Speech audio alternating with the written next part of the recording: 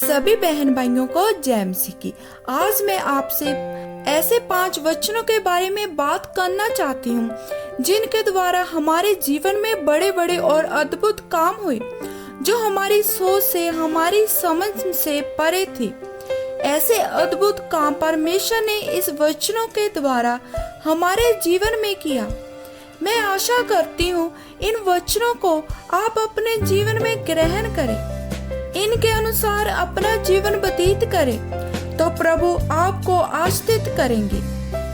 बढ़ते हैं हमारे पहले वचन की ओर। यिर्मयाह 29 अध्याय वचन 11 आयत में, क्योंकि यहोवा की ये वाणी है कि जो कल्पनाएं मैं तुम्हारे विषय करता हूँ उन्हें मैं जानता हूँ, वे हानि की नहीं वरन कुशल ही की है, और अंत में तुम्हारी आशा पूरी करूंगा। आमीन। और जब हमने इस बात को जाना, हमने इस पे विश्वास किया, कैसे भी परिस्थिति में हूँ, परंतु हमने विश्वास करना सीखा कि परमेश्वर हमारे जीवन में सब कुछ अच्छा कर रहे हैं, और जो कुछ भी हमारे जीवन में हो रहा है वो हमारे भले के लिए है।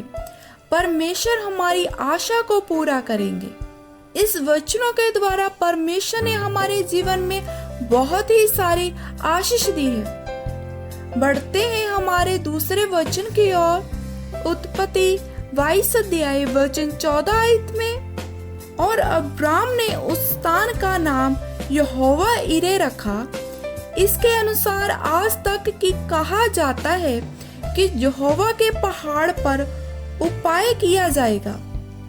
जब हमने ये वचन पढ़ा कि यहोवा उपाय करने वाला परमेश्वर है, तब हम पूर्ण रूप से डिपेंडेंट हो गए। वो हमारे लिए हर उपस्थिति में उपाय करेगा, चाहे हमें कोई रास्ता आगे जाकर नजर न आए, परंतु हम फिर भी विश्वास रखते हैं परमेश्वर हमारे लिए उपाय करेगा। वो हमारे लिए उपाय करता है। जब हम विश्वास रखते हैं परमेश्वर हमारे लिए करता है।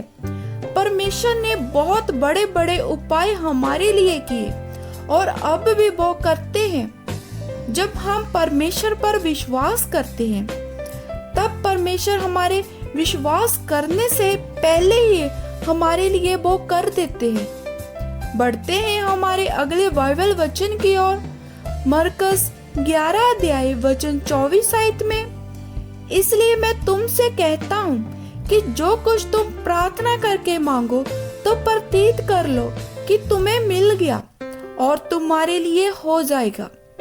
जब हमने वचन को पढ़ा और इस पर मनन किया, तो परमेश्वर ने पवित्र आत्मा ने हमारी जे बात की, जो कुछ हमने प्रार्थना से मांग रहे हैं, अब विश्वास कर ले कि जो हमें मिल गया है।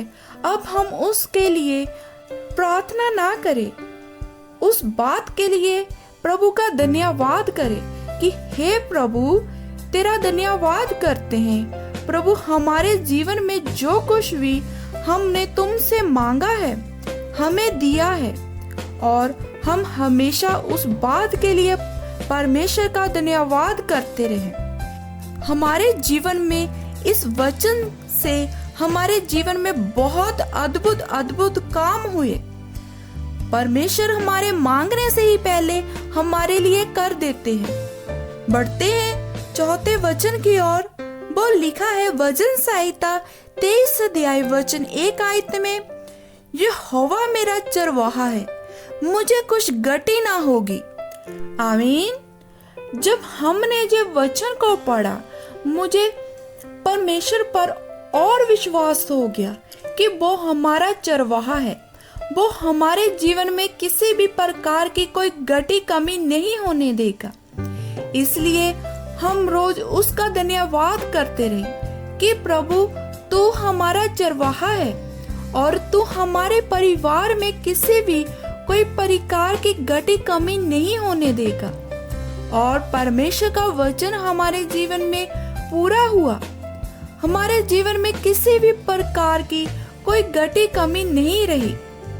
हम सुबह उठकर इस वचन को अपनी प्रार्थना में शामिल करें।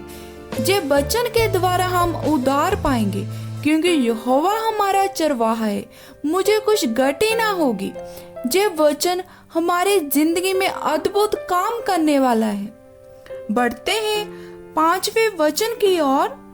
लिखा है यहोशुआ की किताब 1 अध्याय वचन 8 आयत में, व्यवस्था सार की जे पुस्तक तेरे चित्त से कभी ना उतरने पाए, इसी में दिन रात ध्यान दिया रखना, इसलिए कि जो कुछ उसने लिखा है उसके अनुसार कभी भी तू चौकसी करे, क्योंकि ऐसा ही करने से तेरे सब काम सफल होंगे और तू प्रभावशाली होएगा। आमीन।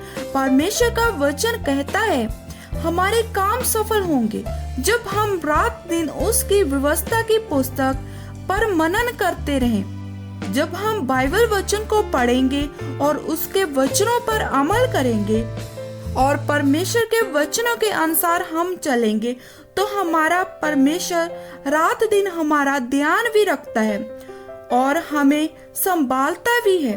परमेश्वर का वचन कहता है कि मैं तेरे कामों को सफल करूंगा।